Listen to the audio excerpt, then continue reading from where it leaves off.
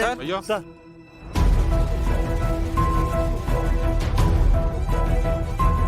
Muruga Muruga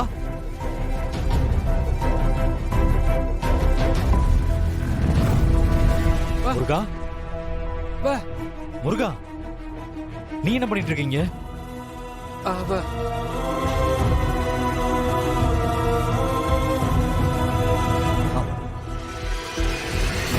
sir இவனை எதுக்கு arrest பண்ணி வச்சிருக்கீங்க?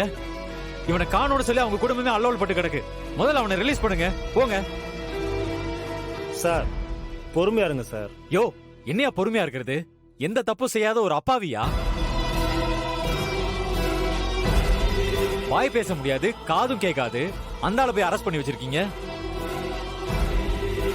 உங்களுக்கு எல்லாம் மனசாட்சியே இல்லையா?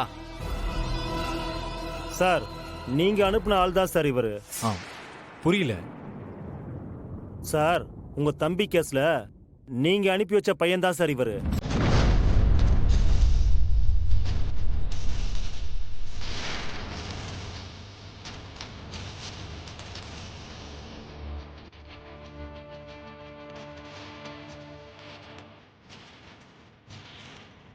யோ என்னையா சொல்ற?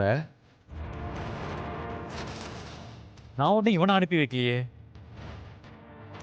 இங்க பாரு, நீ தப்பான ஆளை பிடிச்சு வச்சிருக்க.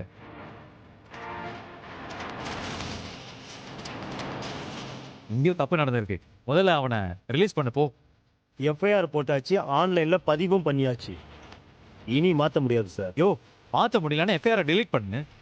சார் அப்படியெல்லாம் பண்ண முடியாது, பிரச்சனை ஆயிடும். என் வேலையே போயிடும் சார்.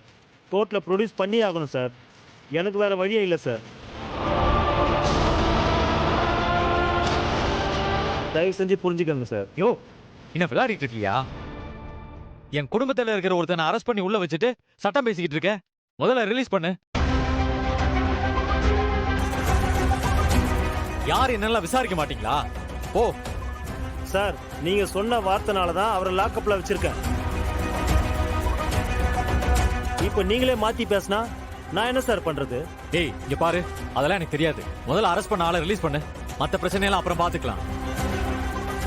கதிர் கொஞ்சம் அமைதியா இரு. இல்லப்பா, அவர் என்ன பேசிட்டு இருக்காரு?